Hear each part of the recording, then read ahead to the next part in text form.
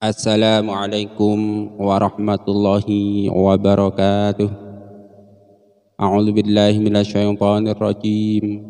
Bismillahirrahmanirrahim. Alhamdulillahi rabbil alamin. Allahumma shalli ala sayyidina Muhammad wa ala ali sayyidina Muhammad. Rabbi syrah li sadri wa yassir li amri wahlul 'uqdatam min lisani yafqahu qawli. Qala Rasulullah sallallahu alaihi wasallam, naddarallahu mar'an sami'a minna hadisan fahafidhahu hatta yuballighahu ghairahu. Semoga Allah menjadikan wajah orang-orang yang mendengarkan hadis kemudian menyimpannya lalu menyebarkannya kepada orang lain, Allah jadikan wajah mereka berseri-seri baik di dunia maupun di akhirat, karena banyak menerima nikmat dari Allah Subhanahu wa ta'ala baik di dunia maupun di akhirat. Allahumma amin. Kaum muslimin rahimakumullah, marilah kita sama-sama membaca kembali hadis-hadis yang dituliskan oleh Imam Suyuti. Kali ini kita akan membaca beberapa hadis tentang keutamaan ayat kursi dari kitab Jam'ul Jawami' atau juga disebut kitab Al-Jami'ul Kabir karangan Imam Suyuti. Bismillahirrahmanirrahim. Hadis nomor 22.760. 762. Kita mulai dari hadis nomor 22.762. Qala Rasulullah sallallahu alaihi wasallam, man qara'a ayatal kursiyyi dubura kulli salatin maktubatin lam yamna'hu min dukhulil jannati illa ayyamut. Akhrajahu Nasa'i. Status hadis ini sahih. Artinya, barang siapa membaca ayat kursi setiap selesai sholat fardu, maka tidak ada yang mencegahnya masuk surga selain kematian. Status hadis ini sahih diriwayatkan oleh Imam Nasa'i, Rawiyani, Ibnu Hibban, Daruqutni dalam Al-Afrad, dan Tabrani dan dia dari Abi Umamah. Status hadis ini sahih. Mari kita lihat pemirsa. Man qara'a ayatal kursiyyi, barang siapa yang membaca ayat kursi. Ayat kursi yang dimaksud yaitu ayat yang sudah sangat masyhur di kalangan kita umat Islam. Allahu la ilaha illa huwal hayyul qayyum dan seterusnya. Barang siapa yang membaca ayat kursi tersebut, kapan membacanya? Setelah habis sholat fardu. Lalu apa manfaat membaca ayat kursi setelah sholat fardu tersebut? Lam yamna'hu min dukhulil jannati illa ayyamut. Ketika seseorang membaca ayat kursi setelah sholat fardu, maka dia berhak masuk surga. Tidak ada yang menghalangi dia dengan surga kecuali apa? Kematian. Dengan kata lain, ketika seseorang membaca ayat kursi setelah sholat fardu kemudian meninggal sebelum datang waktu sholat berikutnya, maka dia secara otomatis masuk surga. Status hadis ini sahih. Dengan kata lain, bacaan ayat kursi setelah sholat fardu ini semacam tiket lah. Semacam tiket buat masuk surga.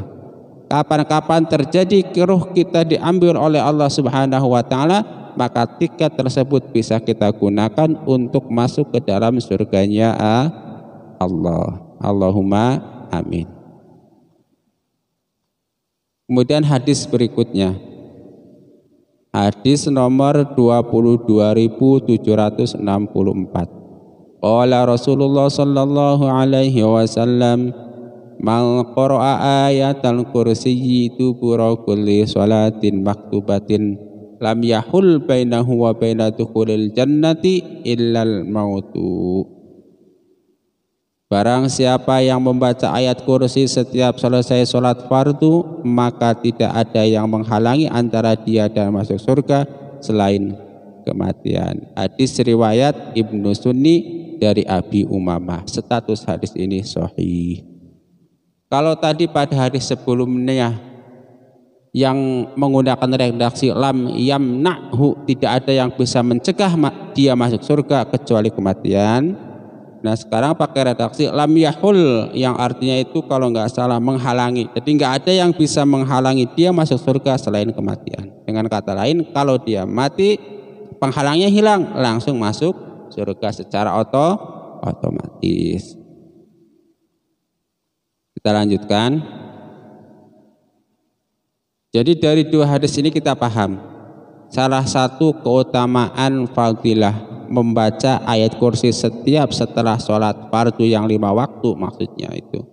Misalnya kalau kita membaca ayat kursi setelah sholat subuh, maka dari sholat subuh sampai nanti sholat zuhur kita itu pegang tiket masuk surga berupa bacaan ayat kursi yang kita baca tadi. Kalaulah kita meninggal sebelum masuk waktu zuhur, insya Allah tiket tersebut bisa kita gunakan untuk masuk surganya Allah Subhanahu wa ta'ala. Kemudian kalau kita membaca ayat kursi setelah sholat zuhur, maka kita pegang tiket surga sampai datangnya waktu asar. Begitupun ketika kita membaca ayat kursi setelah sholat asar, berarti kita itu memegang tiket masuk surga sampai nanti maghrib. Setelah sholat maghrib kita membaca ayat kursi, maka kita pegang tiket masuk surga sampai dengan sholat isya. Nah kalau kita membaca ayat kursi setelah sholat fardu isya, maka kita pegang tiket masuk surga sampai dia datang waktu subuh. Dengan kata lain, kalaulah kita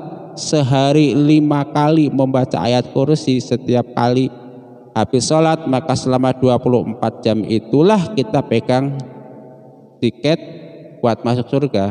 Mau kapanpun kita meninggal, mau dimanapun kita meninggal, selama kita membaca ayat kursi setiap kali habis sholat fardu, status kita aman min ahlil jannah, Allahumma amin. Kita lanjutkan hadis nomor 22.760. Man qara'a ayatal kursiyyi dubura kulli sholatin lam yamna'hu min dukhulil jannati illal maut.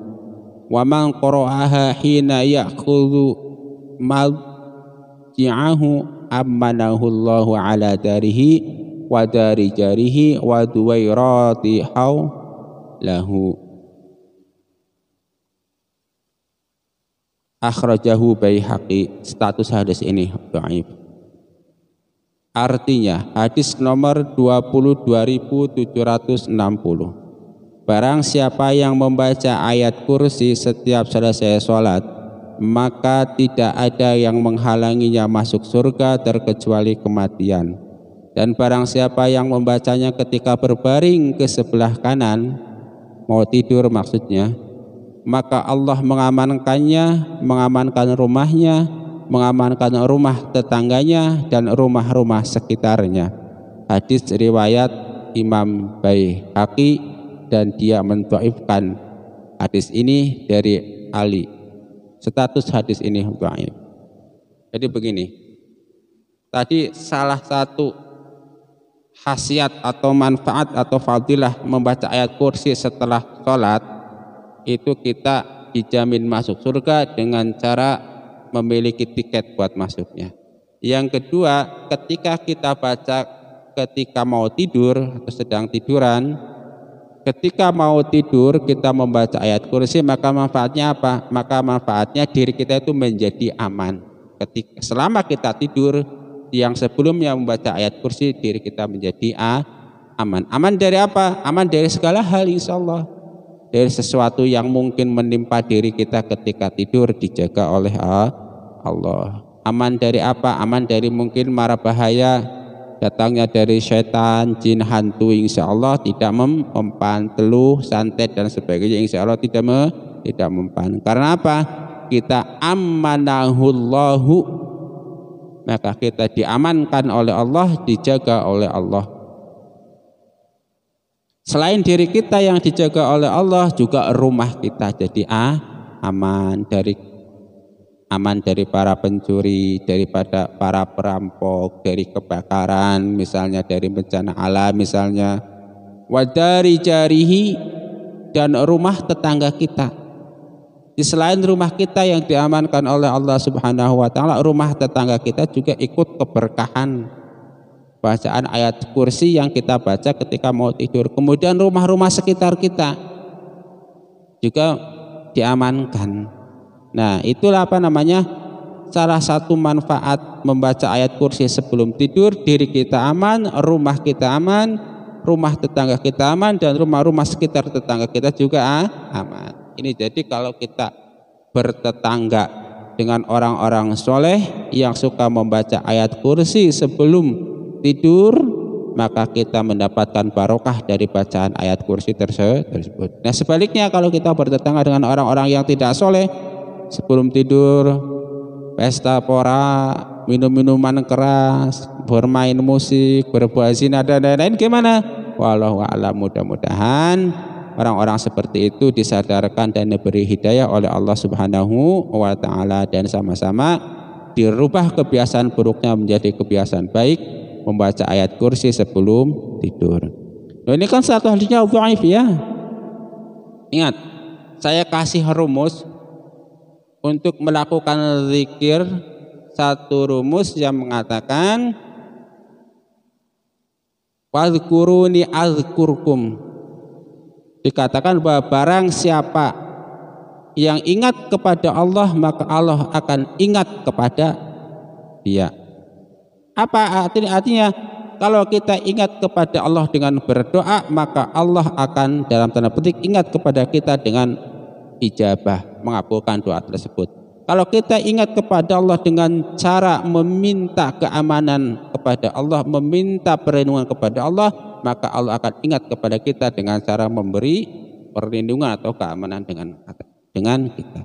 Begitupun ini, kita ingat kepada Allah Subhanahu wa taala dengan cara membaca ayat kursi setelah sholat. Dengan kata lain, ya Allah, selamatkan aku dari api neraka dengan barokah ayat kursi ini. Kemudian kita baca, insya Allah Allah pun menyelamatkan kita dari api neraka.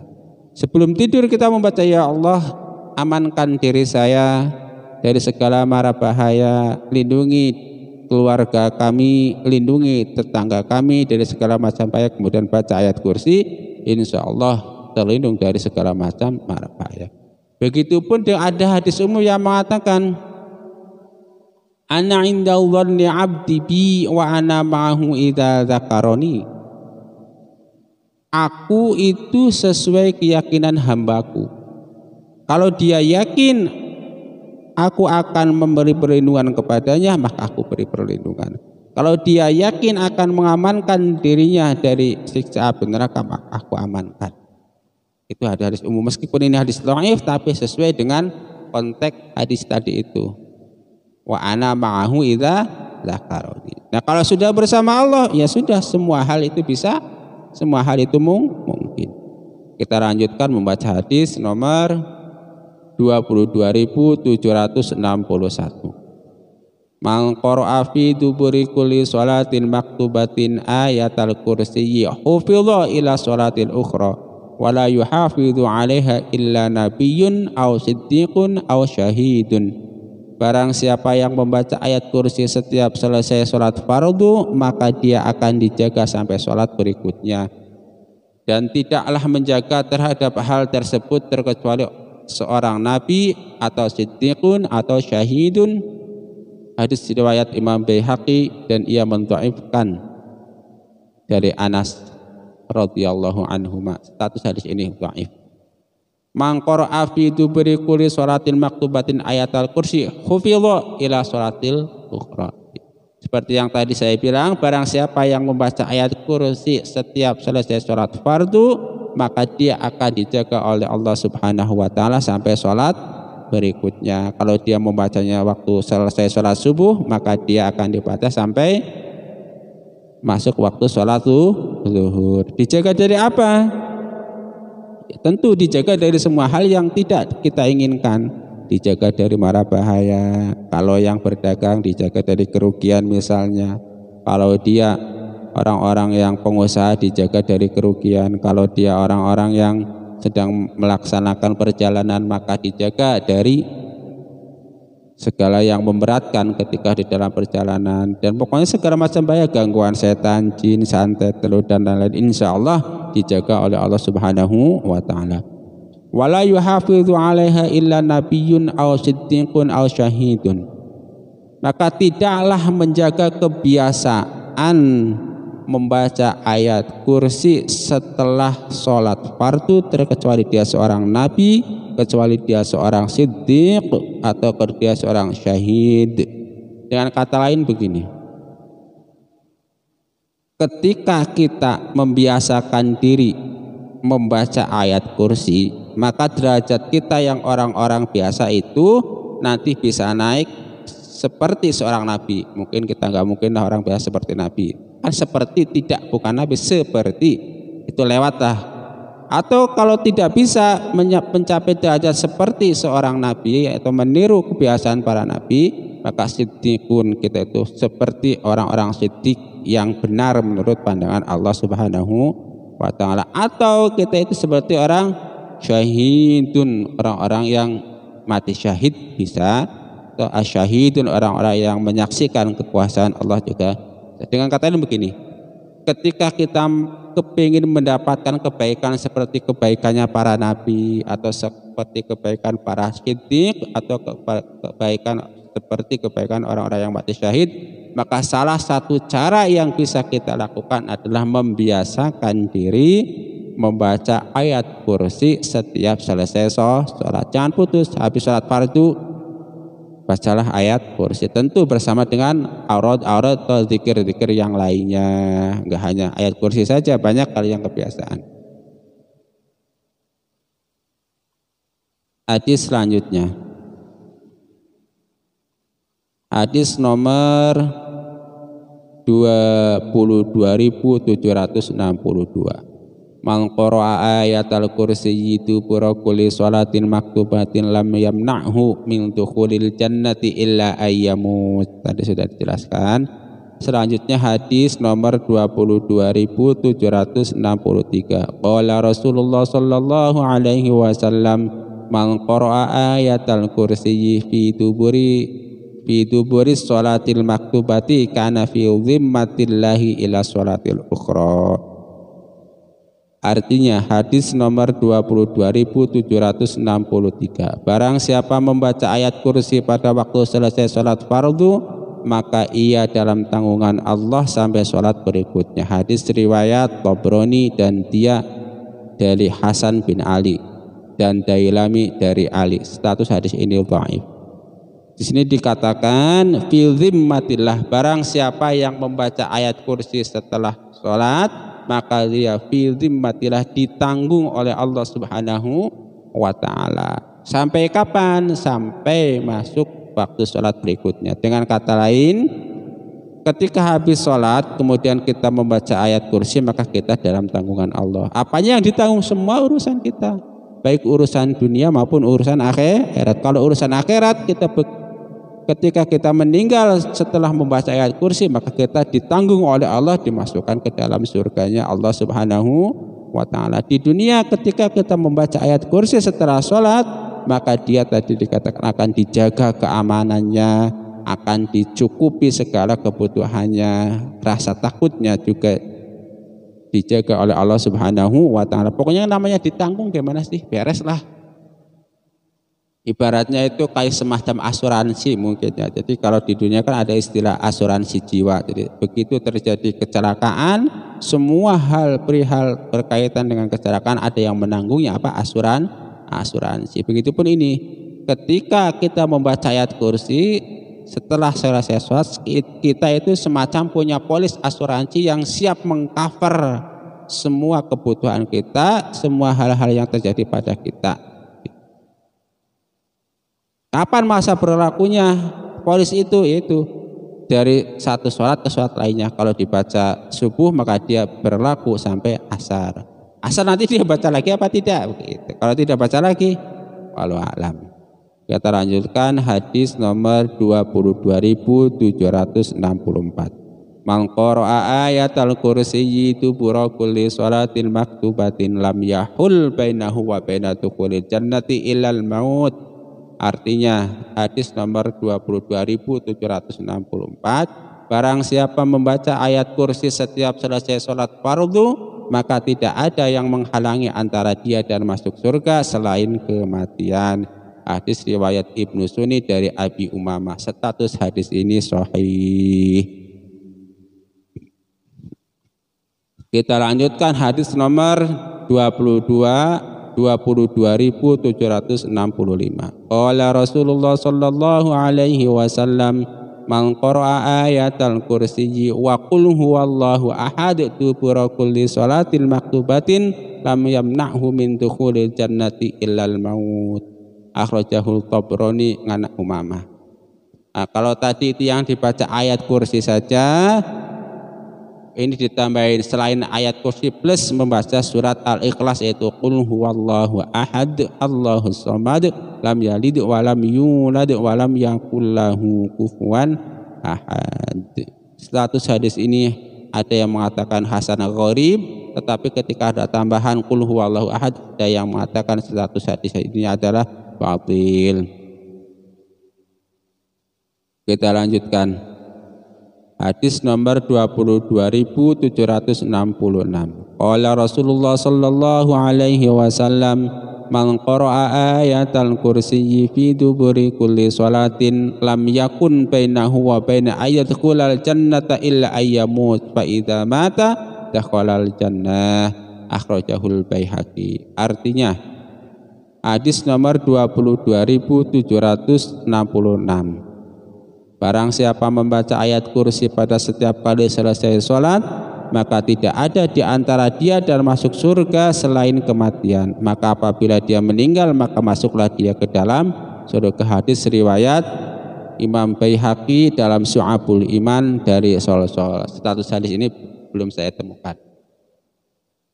Saya tidak tahu lah begitu. Nah, jadi kalau ini hadisnya jelas. Jadi hadis ini jelas. Urutannya mungkin begini nih.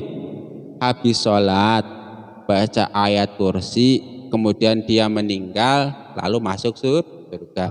Baca sholat, baca ayat kursi, meninggal masuk surga. Itu urutannya jelas ya kalau ayat ini. Sholat, baca ayat kursi, meninggal masuk surga. Nah, istilahnya begitu. Jelas ya? Kita lanjutkan. Hadis nomor 22.767. Qala Rasulullah sallallahu alaihi wasallam, man qara'a ayatal kursiyyi lam yatawalla qabdha nafsihi illallah. Artinya hadis nomor 22.767. Barang siapa yang membaca ayat kursi, maka tidak ada yang mengurusi mencabut jiwanya selain Allah Ta'ala. Hadis riwayat Al-Khatib dari Ibnu Umar. Status hadis ini maudhu. Kita lanjutkan hadis nomor 22.768. Man qara'a ayatal kursiyyi dubura kulli sholatin kana alladhi yali qabda ruhihi dzul jalali wal ikram wa kana kaman qatala an anbiya'illahi wa rusulihi hatta yustashhada. Akhrajahul Hakim. Artinya hadis nomor 22.768. Barang siapa membaca ayat kursi setiap selesai sholat, maka yang akan mencabut ruhnya adalah Allah yang maha tinggi dan maha mulia, dan dia bagaikan para nabi dan rasul yang meninggal sehingga disaksikan. Hadis riwayat Hakim dari Zaid Al-Marwazi mu'addalan. Status hadis ini saya tidak tahu atau tidak saya temukan setelah mencari tahu. Wa qala Rasulullah sallallahu alaihi wasallam, hadis nomor 22.769. Man qara'a ayatal kursiyyi dubura kulli sholatin maktubatin kana rabbu yatawalla qabda ruhihi biyadihi kana bimanzilati man qatala an anbiya illahi azza wa jalla hatta yastashhada. Artinya, barang siapa membaca ayat kursi setiap selesai salat fardu, maka Allah yang akan mengurusi mencabut ruhnya dengan tangannya, dan dia berada pada kedudukan seperti kematian nabi-nabi dan Allah azza wa jalla, nabi-nabi Allah azza wa jalla, sehingga disaksikan. Hadis riwayat Ibnu Sunni dan Dailami dari Abi Umamah. Status hadis ini dhaif. Nah, paling tidak dari ketiga hadis yang dhaif ini kita itu bisa mengambil pelajaran begini. Ketika seseorang membiasakan diri membaca ayat kursi setiap kali habis sholat fardu, maka pahala yang dia mungkin dapatkan adalah satu. Ketika dia meninggal dunia, maka meninggalnya itu seperti para nabi. Maksudnya apa? Maksudnya dimuliakan begitu. Seperti dimuliakannya para nabi ketika meninggal. Atau seperti meninggalnya orang-orang yang sidikin, orang-orang yang benar-benar beriman kepada Allah. Atau meninggalnya itu dimuliakan bagaikan dimuliakannya orang mati syahid. Kesimpulannya, kalau kepingin meninggal dalam keadaan mulia, dalam keadaan husnul khotimah, salah satu caranya adalah dengan membiasakan diri membaca ayat kursi setiap habis sholat fardu.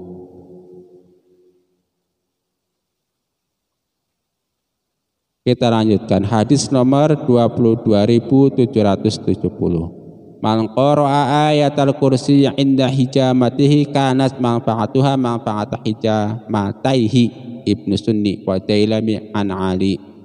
Artinya hadis nomor 22.770. Barang siapa membaca ayat kursi saat berbekam, maka manfaatnya bagaikan manfaat 2 kali bekam. Hadis riwayat Ibnu Sunni dan Dailami dari Ali. Hadis ini menganjurkan kepada kita kalau mau berbekam sebelumnya baca ayat kursi dulu, atau ketika dibekam bacalah ayat kursi dulu supaya apa? Supaya dapat barokah dari ayat kursi. Selanjutnya hadis nomor 22.771. Qala Rasulullah sallallahu alaihi wasallam, man qara'a ayatal kursi wa khawatimi suratil baqarah indal karbi aghasahullahu azza wa jal. Artinya hadis nomor 22.771, barang siapa membaca ayat kursi dan bagian-bagian akhir surat Al-Baqarah saat dalam kesusahan, maka Allah akan menolongnya. Hadis riwayat Ibnu Sunni dari Abi Qatadah.